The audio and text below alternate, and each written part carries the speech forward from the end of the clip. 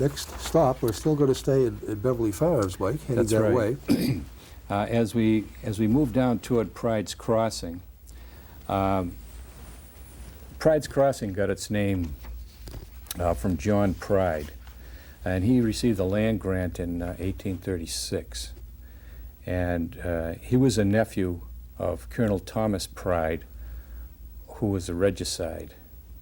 I don't recall the king that he murdered, but there was a plaque, one of the Massachusetts Bay Colony to Centenary plaque, that sat on the sidewalk outside the train station. I drove by there the other day and I did not see that one, and I did not see the other one, which was across the street, which was the 1930 edition? yes, it was 1630, 1930, the plaques. There's still several around town.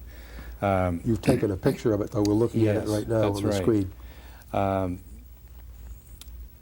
But across the street there was a landing place of a party from the ship Arbella, and the Arbella landed at Plum Cove, which was at the end of Payne Avenue in Beverly. And that area was made up of the estates of Jackson, Loring, and Shaw estates. And it was Governor Winthrop mentioned that in his journals, that the party landed and gathered a fine preserve of strawberries from this Plum Cove. That sign is missing too, and that was sitting right at the end of Payne Avenue. I don't know how signs disappear, but I mean, two of those are gone.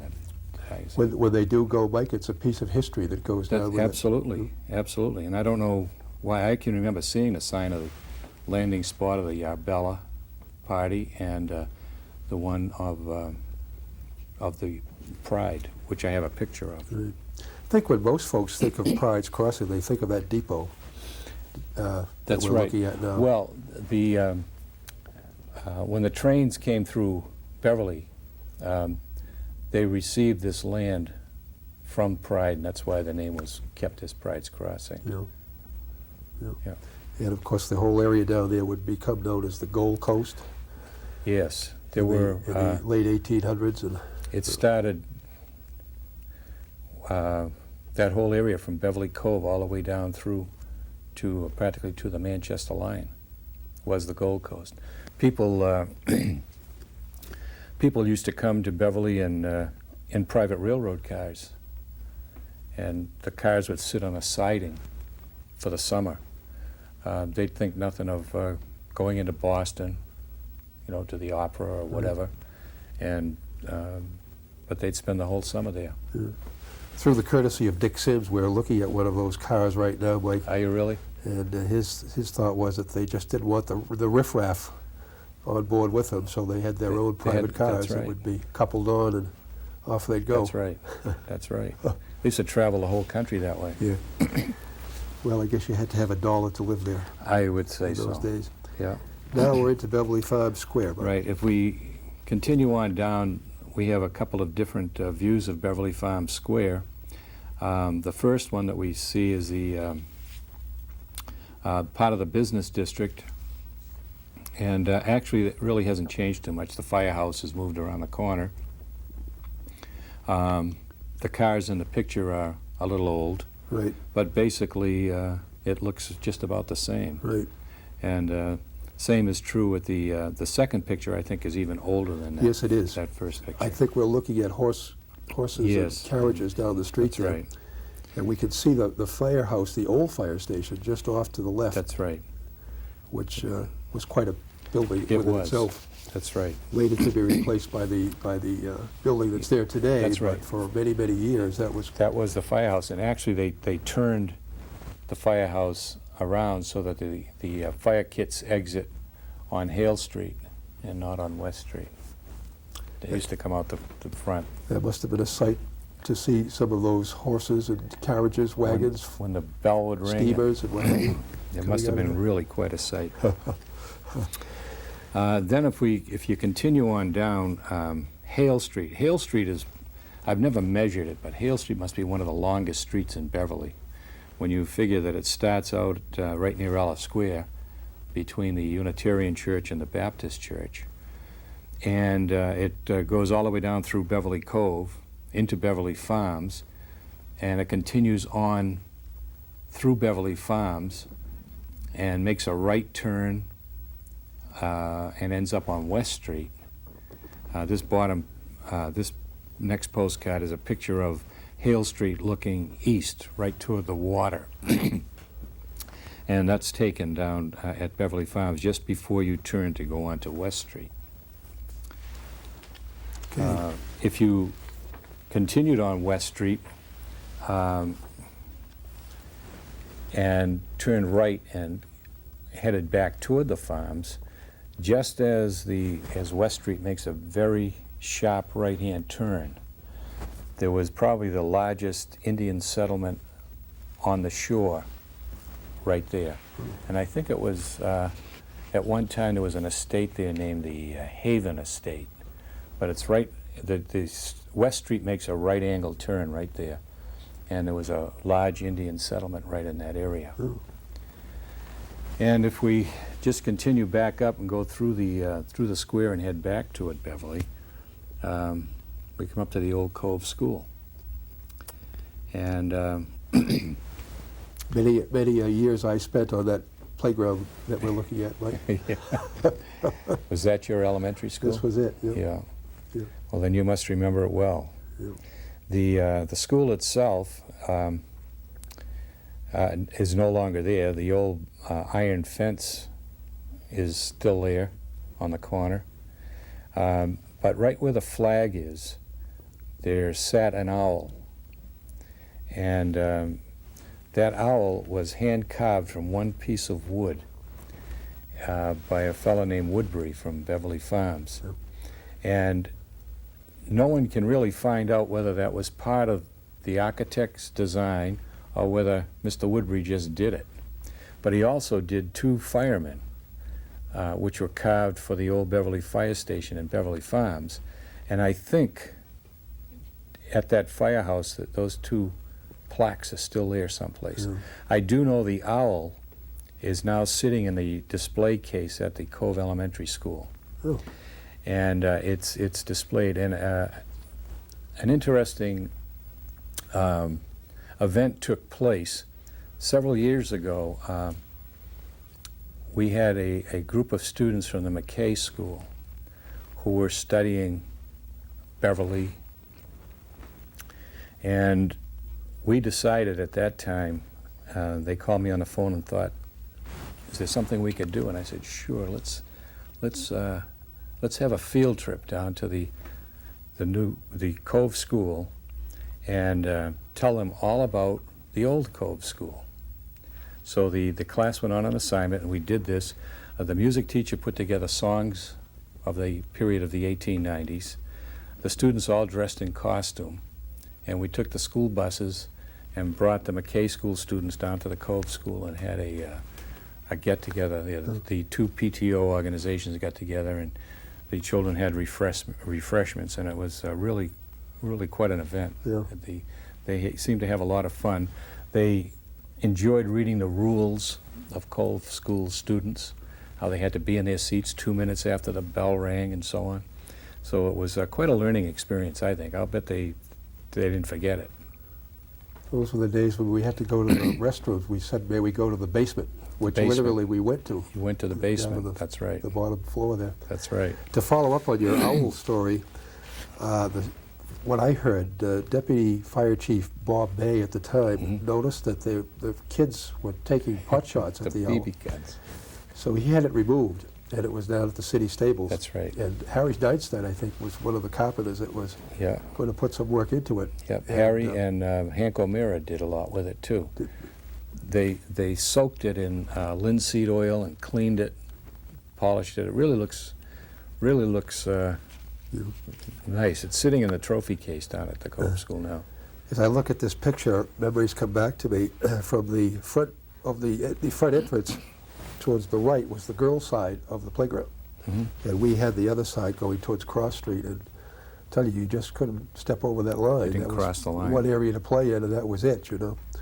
And we had 2 classrooms, 2 grades in a classroom. There were 4 classrooms in this building, and each classroom held 2 grades, first, second, third, fourth, and so forth. And one teacher would, of course, handle both grades at the same time. And at the top floor, there was the auditorium, and we would have our assemblies up there, and when Bill McKenzie would drop by, we'd march up to the military tune up the stairs and go up there and play Snatch the Eraser or Dodgeball or whatever games he thought were appropriate for us at that time. And march to the martial music around Martial the hall. music, yeah. And of course Miss Adams would show up to do her penmanship work with us, and Miss Fish, all of those old people come to mind. So Cove School, it's no longer there. Actually, later on it became a special class, did it not? Leo Casale ran it down there for a while. Leo, as special ed director, used to have his office there, and I think that the different special education teachers were housed there, and some classes were held there too. Yeah. Of course, today 2 house lots, I believe, sit on the grounds. I think you're right. My friend Bill Gobiel, who I think lives now in Hamilton, was the builder of those houses. Yes, I remember that. On the lot there. And the old iron railing fence is still there. It's still there. Still there. Yeah. Okay, another old school building here. Right. The next school building is the Hardy School building, and the Hardy School was built, I believe it was 1894, and that's a very sturdy building as well. The Hardy School is really quite a large school. There's several floors to it, as well as a basement. And I can remember as a small child, my uncle used to be the custodian there, and on the weekends would have to go and bank the furnaces, shovel the coal.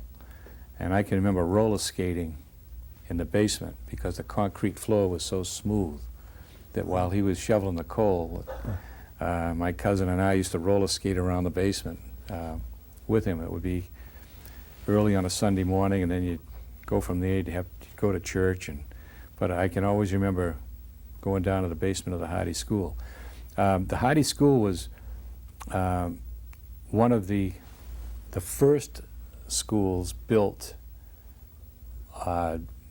during the second building era of schoolhouses that we had. Because from this school, we go through the building of that whole era of schools. You had the Prospect School, you had the addition to the Ryleside School, you had the Washington School, the McKay School, the Edwards School, and the last school of that group was the Brown School up in North Beverly. And we had these bursts of school buildings several times in the history of Beverly. We had one in the 1860s. We had this one at the turn of the century. Then we didn't have much going on until the 1950s. And then we had a burst of school buildings from 1955 until 1968. And then there hasn't been anything until our newest school that we just opened this past year. Yeah. Interesting, there, as you say, there was a certain style to these buildings. Yes. Prior to this era, it was the wooden school building that was That's right. prevalent here in Beverly, the old Cove School, as That's we've just seen, and I believe the South School, South School, the old Washington School, Prospect School. And then they got into the brick era. And if you look at the Washington School and look at the Edwards School, I mean, they're almost the same design, really. That's right. There was about a 10-year spread between the Edwards School and the Brown School and the high school. They were all around the same I could time. see a lot of the Upton School in the Hardy School. Yes, yes, you can. The way it's designed. We did that one other time, too, with the Cove School and the North Beverly School in 1955. Those two schools are practically twins. You walk in the front door, you don't know really which school you're in because they use the same design. Right. And it was named for a fellow by the name of Samuel Hardy, and he was a school teacher that taught way back in the year 1677 here in Beverly. And apparently they thought it would be appropriate to name the school in honor of him. Right. And we can see as we look down Essex Street here, we see the old trolley track going by, Mike. Yes, the trolley track, the flagpole that used to sit out front. There used to be two different flagpoles. There was one in the front for the schoolhouse and one in the common for the common. And eventually the one in the front of the schoolhouse got moved to the side of the schoolhouse and then eventually was incorporated into the flagpole that sat on the common. Yeah. But for years we had the two flagpoles. During World War II, they had a huge drive to refurbish the flagpole, and I believe in somewhere in the year of 1942 or 3, Yes. they had this great ceremony and they put up the flagpole as we see it there today. Yes. Yeah. I don't want to say this, but I think I remember that. Well, you might. You well might, Mike. I often wondered why Brimble Avenue, or how Brimble Avenue got its name, and I think we can easily see that by the photograph that Yeah. the postal card. This postcard, when I show this postcard to people and ask them to take a guess, they never guess that that's Brimble Avenue. It just does not look the same. You could have been way out in the country by looking at that photo, but that is a picture of Brimble Avenue as it appeared, well, it's getting close to 100 years ago. Yeah. Yeah, This would have been the scene that Addie Hobbs would have loved. absolutely. And did love. And Yeah. she, I'm told, took her classes out there Yeah. bird watching. Yep, that's and right. had a great time. Yeah, it's like a nature preserve. Yeah. The industrialist Henry Peabody, whose name we mentioned earlier, owned a lot of property in this area, and he was responsible actually for developing a lot of the Montserrat area, and some of his homes and houses are still there today. That's right. In In fact, that Montserrat area is one of the sections of Beverly, and people wonder how it got, the name Montserrat. And it seems as though it was named after the island of Montserrat, because the sailors from Beverly used to stop there, and they brought that name back. Columbus named it Montserrat after a Spanish area, but the name Montserrat has always stuck with that area. Yeah. And from the reading I've done, it's named after the island. Yeah. Okay, Mike. Talking with Mike Casale, ladies and gentlemen. Beverly High School teacher of many, many years. Happily retired at this point in time. I always have to say that. I know you do. We're going to stop at the clubhouse at the United Shoe Machinery. That's right. We have several different views of the clubhouse itself and a couple of the interior. When the United Shoe came to Beverly, one of the things that these large corporations, they used to really like to take care of their employees. It was almost a paternalistic feeling that they had. And the clubhouse was built, and the workers in the shoe could use it for banquets or other functions. They used to have the Sam events held there on the property, large fields, golf course, tennis courts, and now, of course, they even have a swimming pool. But there were bowling alleys at the United Shoe. So this first picture that you see is the exterior of the building. Really hasn't changed too much. Known as the Golf and Tennis Club today. It's known as the Beverly Golf and Tennis Club. And one of the interesting items about this is up until 1752, the land that the clubhouse and the golf course and practically and all of Ryle Side sit on was part of Salem. And somewhere on McKay Street by that golf and tennis club is what they call the Boundary Rock. I haven't been able to find it. Maybe that's been moved too, along with other things. But it used to be the boundary between Beverly and Salem. And then in 1752, that part of the area was annexed to Beverly, and Danvers was incorporated too. Mm-hmm. So the Boundary Rock is sitting, if it's still there, somewhere around the corner of McKay and Balch Street, on the outside of the building there. The old Planters Way is just this That's way, right. this side of the clubhouse. That's right, yeah. I think we're going to mention that in a couple of Right, minutes. right. The second photo is the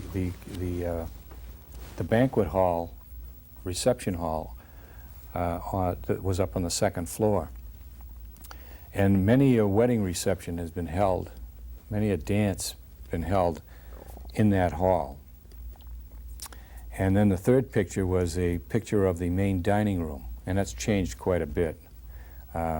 But you can see in that photograph the old tables and the, I don't know if that's a deer or an elk on the wall, the big fireplace. But the workers at the United Shoe did have access to this property. It was kind of interesting that you mentioned earlier, Mike, about how they did take care of their employees. A big outfit like that. They wanted no part of a union down there. That's right. But yet they were willing to go this extra mile to provide all of these amenities for their employees. Yeah, and it wasn't just the United Shoe. I mean, a lot of the larger companies did that. At the tradition of a Thanksgiving turkey or a ham or a Christmas bonuses and things like that were not uncommon, and that was to try to keep the workers happy. It was a long time before the United Shoe workers unionized. Right, right. A long time. And you mentioned the Sam Sam and the United Shoe sure. Band that used to come parading Yeah. down Cabot Street. In and, fact, the United Shoe Band used to rehearse and had their own area. There was a hall on Cabot Street by the commercial building that the United Shoe Machinery Band. And there are pictures of the band. I think the Historical Society has them and so on. Okay.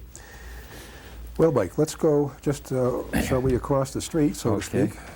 Right across the street there's a picture that a lot of people get a kick out of seeing. It's an old postcard, and it's called Boating on the Shoe Pond. And as you can see, there are two rowboats, one with the girls and one with the boys. And of course, the boys are doing things they shouldn't be doing. They're standing up on a boat, which is not very safe. Yeah. But in the background, you can see the McKay School with its top floor still intact. And you can't really see it in this picture, but just at the foot where the shoreline is the actual landing point of the planters. And there's a cement landing still there today, where the planters used to, when they first came, would land there and you walk the path down to the Balch House or the Woodbury House or Right. whatever. And that brings up another item too, the planters path, which we still have the tercentenary plaque on McKay Street for. But the path itself used to run along past the new schoolhouse, down through the Cummings Center, all the way to the Balch House. And over the years, people just move things. They just decide that this monument doesn't belong here, we're going to move it. So they've picked up the monument that said this is the planter's path, and they just picked it up and they moved it. So now it's not really in the path. They did the same thing with the plaque that, for the Roger Conan House. They decided it was in the way at the junction of Cabot and Balch Street, so they didn't know what to do with it. And finally, Ken Stowe, the principal at the Memorial Middle School, said, well, don't just get rid of it, put it on the front of the schoolhouse. Yep. So if you go today in front of Memorial, you'll see the plaque that marks Roger Conan's house stood near here. Well, it's about a quarter of a mile down the road is where it was. But people, they don't think of what they're upsetting when they do this. Not a sense of history, Mike. Absolutely. Just pick it up and move it. So that's moved as well. But we'll try to show you a picture of the actual landing place Yeah. of the planters. Interesting, we see the rowboats out there in the pond. That's a no-no today. You should not be out there boating today. That's right. And but in those days, as was on Wenham Lake and a few of the other ponds, it was That's right. perfectly legal to do that. That's you know? right. Well, I guess liability things today are causing that to happen. Right. I did notice today that there's a lot of clearing going on down around the shoreline of the Shoe Pond. I saw in the paper that they're going to be removing saplings that are under 3 inches, and they've started that today. So it'll probably be a beautiful beautiful view down there again. I guess they want to see what's going on down in that area from the road. Really. You know, we're almost up to time here, Mike. We have just a minute or two. We'll just mention briefly the next item and then come back to it, perhaps on another Okay. show, if you don't mind. Sure, no, that's fine. We're looking at Mill Street. Mill here? Street. This is a picture of Mill Street. There are some people on the street itself, and this was the road that led actually to the grist mill. And the grist mill itself, which is the next picture, was built in 1647, and it was a tidal mill, and it was built by John Friend. Interestingly enough, the dam that he built to power the mill actually made the first landing place of little use. You just couldn't use it anymore. Right. So the second landing place was established at what they called Draper Point. But some of the old pilings are still visible down at the foot of McKay Street. We're going to stop right here, Mike, Fine. and come back for another show here, and we'll pick up right where we left off. Absolutely. Michael Casale, thank you so much for coming by this evening at Beverly's Times Past, and we shall look forward to seeing you again very soon. Thank you very much. And Joseph, ladies and gentlemen, we hope you've enjoyed this program, and we'll see you a little later on. Good night for now. Heart of my heart, I love you. Life would be naught without you. Light of my life, my darling, I love you.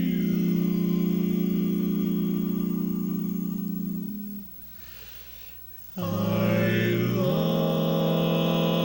love you.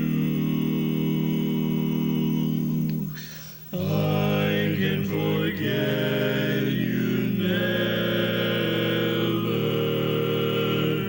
From you I ne'er can sever.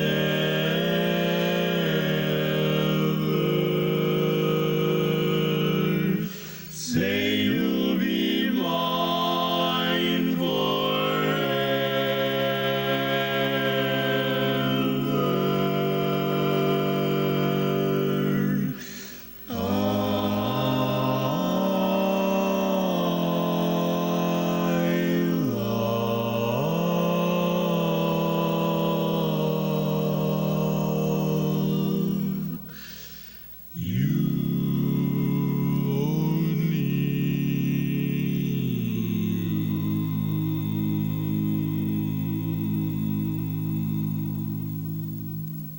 Wait till the sun shines, Nellie, when the clouds go drifting by. We will be happy, Nellie, don't you cry. We'll go down Lover's Lane, we'll wander, sweetheart, you and I. Wait till the sun shines, Nellie, by and by.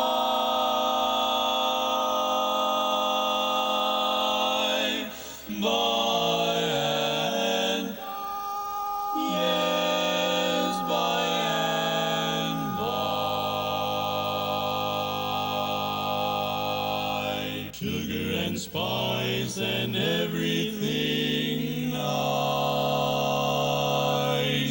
You're all a girl should be, should be. Soon we'll marry, you'll be my blushing bride.